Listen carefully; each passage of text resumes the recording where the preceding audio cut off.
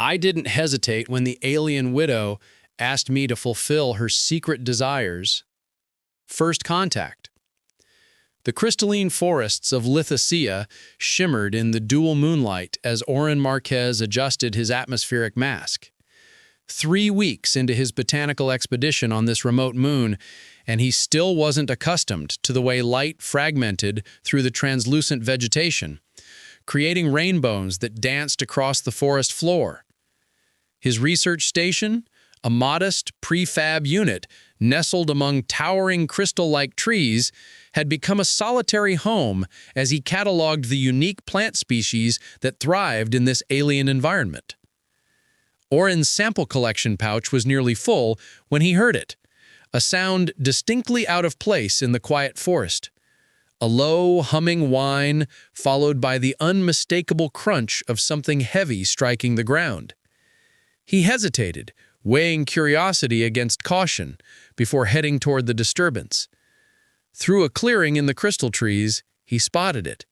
A shuttle, sleek and unfamiliar in design, partially embedded in the soft soil. Smoke wisped from one of its engines, and a section of its hull bore the telltale marks of meteor impacts. Oren approached cautiously, his heart racing with both concern and excitement. "Hello? Anyone inside?" he called, moving toward what appeared to be the entry hatch. When no response came, he found the manual release and carefully opened the door. The interior lights flickered weakly, illuminating a figure slumped over the control panel. As Oren moved closer, the being stirred, turning to face him. His breath caught in his throat.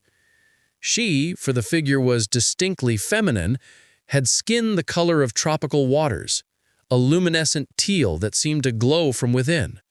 Her hair, gathered loosely away from her face, was the color of polished silver, with flecks that caught the light like stars. Most striking were her eyes, large, expressive, and a deep indigo that reminded Oren of Earth's twilight sky. "You're human," she said, her voice melodious despite the obvious pain in her expression. "I didn't expect to encounter anyone on this moon." "I'm conducting research here. Oren Marquez, botanist from Earth's International Science Coalition. What happened to your shuttle?" "Meteor shower," she winced as she straightened. "I'm Naira Eloan, ecological researcher from Lumidari. I was mapping this moon's biosphere when the storm hit." She gestured to her instruments, sophisticated devices that made Oren's equipment look primitive by comparison. "You're hurt," Oren observed, noticing how she favored her right side. "Minor injuries. The shuttle, however." She glanced at the damaged controls. "I'm stranded without repairs." As a botanist, not an engineer, Oren knew his technical skills were limited, but the thought of leaving her alone in this condition was unthinkable. "My research station isn't far. Let me help you there first, and we can figure out the shuttle situation after you've rested." Nayara studied him with those twilight eyes, seeming to assess not just his offer, but his entire being. Finally, she nodded. "Thank you, Oren Marquez. It seems we both have much to learn from this unexpected meeting." Growing understanding. 3 days had passed since Nayara's arrival at Oren's research station, and already the small prefab unit felt transformed. Where once there had been only the quiet hum of equipment and Oren's occasional muttered notes, now there was conversation, shared meals, and the gentle cadence of Nayara's voice as she explained Lumidari botanical classification methods. "Your approach to taxonomy is fascinating," Oren said, as they sat comparing notes on the crystal leaf specimens they'd collected that morning. "We humans tend to organize by physical characteristics, but you consider the plant's relationship with its environment first." Nayara's luminescent skin seemed to brighten slightly, a reaction Oren had come to recognize as pleasure. Lumidari believed nothing exists in isolation. Every living thing is defined by its connections. Her long fingers traced the edge of a translucent leaf. Like this plant, its structure tells one story, but how it responds to the dual moon's gravitational pull tells another entirely. Each day brought progress on repairing Nayara's shuttle. While neither was an engineer, they'd managed to establish communication with a distant outpost that promised parts delivery within 2 weeks. The delay, which might once have frustrated Oren, now felt like a gift, extended time with the most intriguing research partner he had ever encountered. As twilight descended and the crystal forest began its nightly luminescence, they sat outside the research station, sharing a meal of synthesized protein that Nyara had somehow made delicious with spices from her supplies. "Tell me about your world," Oren asked, watching how the forest's glow reflected in her silver-flecked hair. "Why did a respected researcher like yourself come to study such a remote moon alone?" Nyara was quiet for a moment, her indigo eyes reflecting the stars above. "On Lumidari, our paths are often predetermined. As a researcher from a prominent academic lineage, I was expected to form a lifelong partnership with another scientist, continuing our genetic and intellectual heritage." "An arranged marriage?" Oren asked, surprised. "Not exactly. More like a strongly encouraged union for mutual benefit." A small smile played across her lips. "I was paired with someone brilliant but coldly analytical. We would have produced exceptional research, but little joy." Her gaze met his. "I chose my own path instead, despite the consequences." Oren felt a surge of admiration. "That must have taken courage." "Or foolishness," she replied, though her tone held no regret. "And you?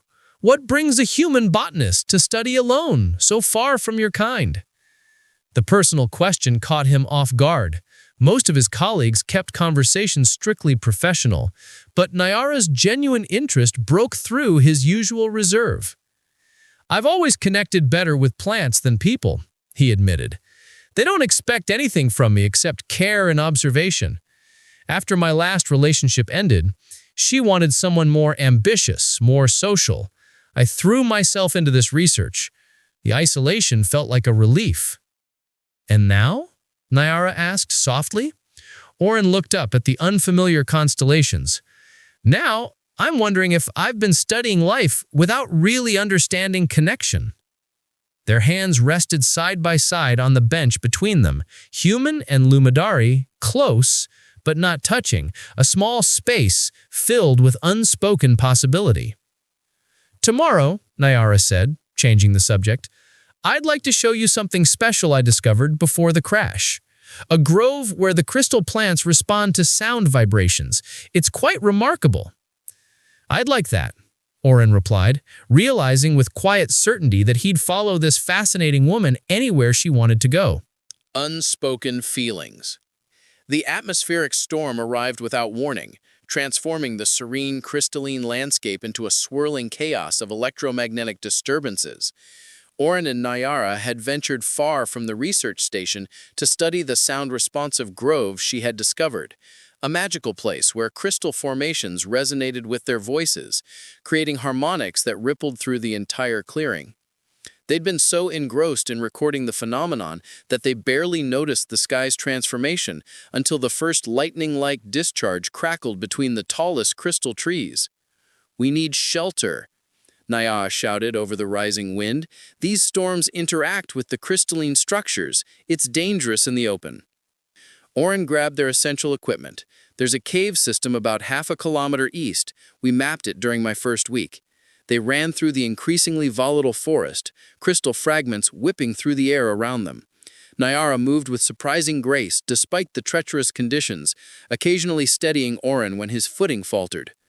They reached the cave entrance just as the storm unleashed its full fury, brilliant energy discharges illuminating the forest like daylight.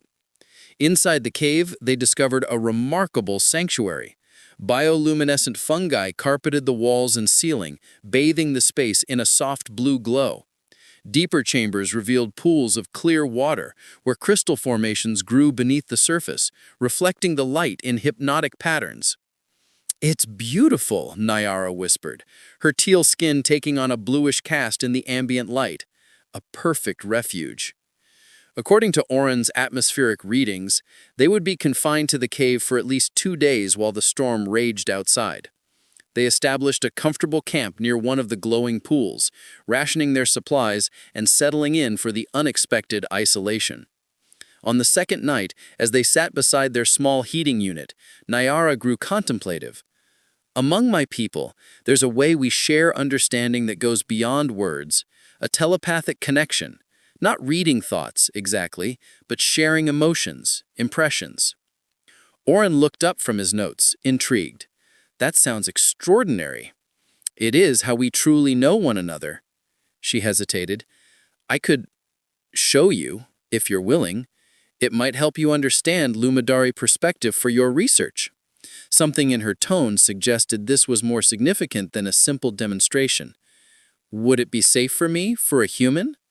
Yes, she assured him, though it might feel intense at first. I would never go deeper than you're comfortable with. Heart racing with nervous anticipation, Oren nodded. I trust you. Nyara moved closer, sitting cross-legged before him.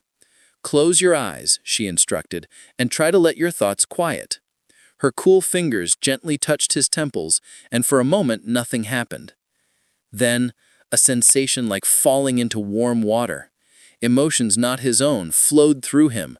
Curiosity, wonder, admiration, and something deeper, more complex. Images flickered behind his eyelids, crystal forests seen through different eyes, stars from unfamiliar skies, and impressions of himself, somehow both smaller and greater than he perceived himself to be. Most striking was the loneliness he felt echoing between them, his own and hers, recognizing each other like old friends finally reunited. When she slowly withdrew the connection, Oren found his cheeks were wet with tears. That was... Words failed him. I know, she said softly, her own eyes glistening in the blue light. Her hand still rested against his face, and he covered it with his own.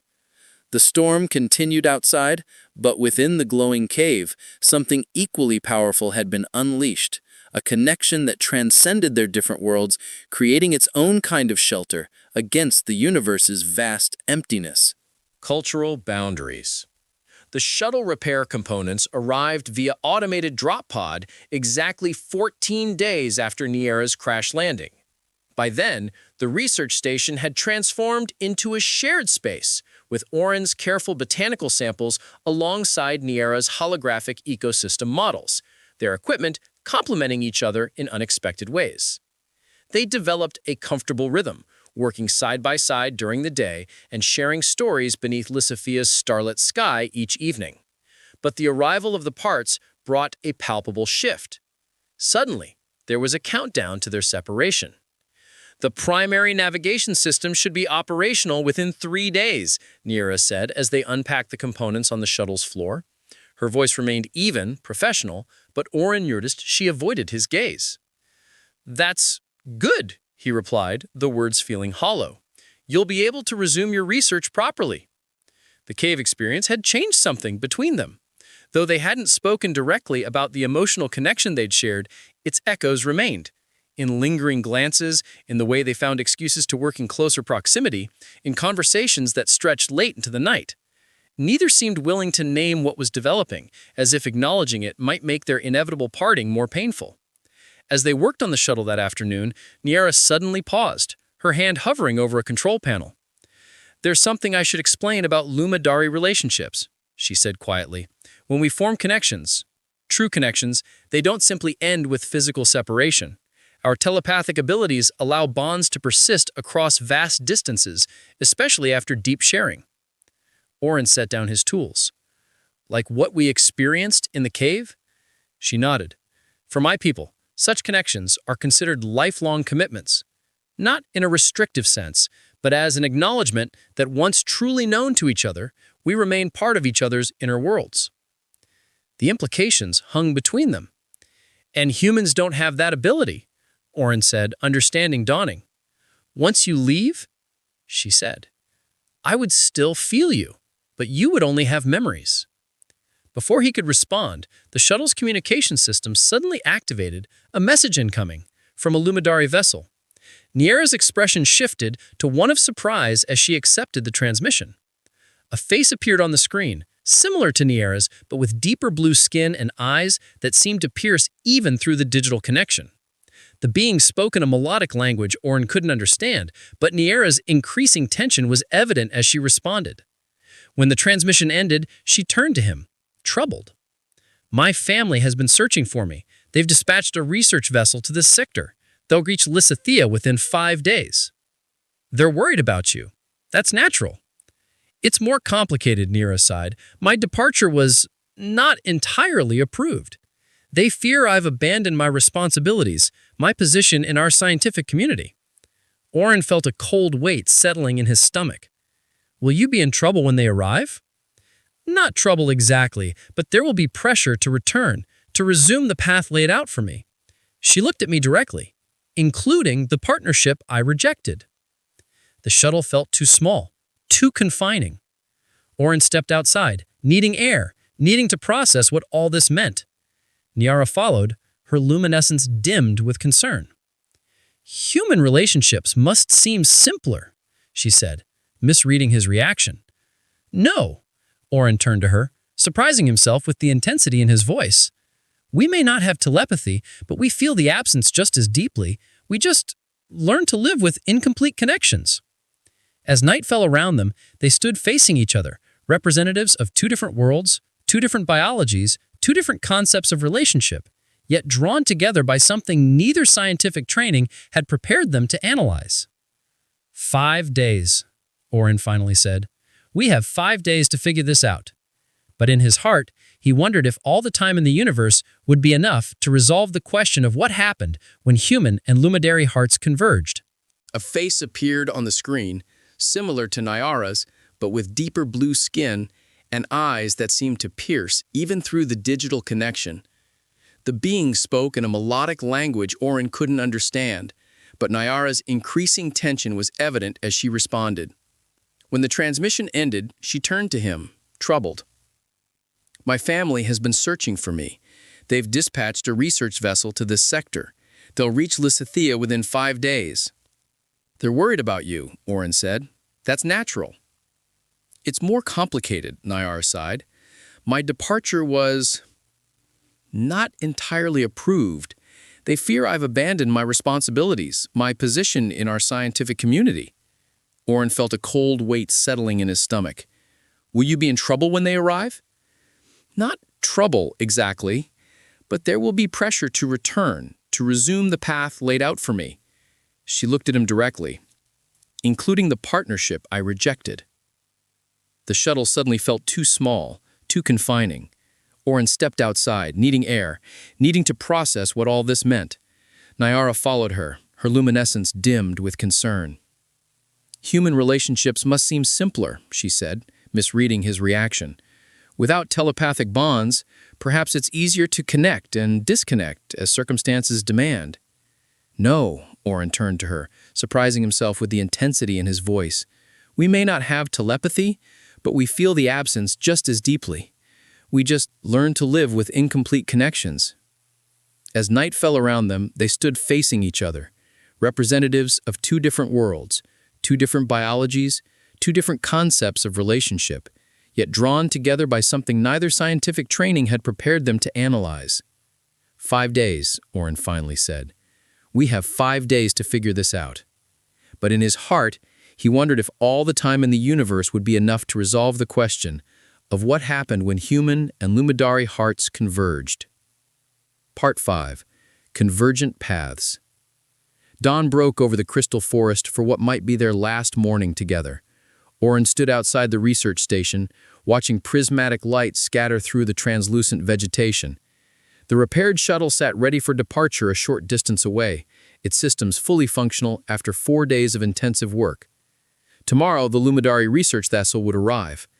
Inside, Niara was gathering her research specimens and equipment. They had worked side by side in focused silence, both aware of the approaching deadline, yet unable to find words for what needed to be said. Oren had spent sleepless nights considering impossible options. He could ask her to stay, but that would mean asking her to abandon her people, her culture, her work. He could offer to go with her, but what place would a human botanist have in Luminary society? The obstacles seemed insurmountable. Biological differences, cultural expectations, professional commitments, the vast distances between their worlds. And yet, the thought of never seeing her again, never experiencing that profound connection they'd shared in the crystal cave, felt like preparing for an amputation. He turned as Nyara emerged from the station, carrying the last of her collection containers. In the morning light, her teal skin seemed to capture and transform the sunrise into something ethereal. For a moment, they simply looked at each other. "I've been thinking," they both said simultaneously, then paused, surprised. "Please," Oren gestured for her to continue. Nyara set down her container and moved closer. The Luminari value knowledge exchange above almost everything else. It's why our research missions are so important. We believe understanding diverse life forms and ecosystems enriches us fundamentally. Oren nodded, uncertain where she was heading. No Luminari has ever spent extended time studying with a human scientist. No one has documented the unique botanical methods you've developed for crystalline ecosystems. A spark of hope flickered in Oren's chest. "What are you suggesting?" "A proposal I intend to present to my family and the Research Council," she continued. "A joint research initiative between our peoples, beginning with your work here on Lysithea. I would return to my world to share my discoveries and secure approval, then come back with proper equipment and support this time." "You'd come back?" The words felt fragile in his mouth. "Yes." Her luminescence brightened. "And eventually, if the exchange proves valuable, perhaps you might consider visiting Luminari as cultural ambassador." Understanding dawned. She was creating a bridge between their worlds, one built on scientific collaboration rather than just personal feelings, one her people might accept. "It would mean waiting," she cautioned. "Bureaucratic processes, even for Luminari, can be slow.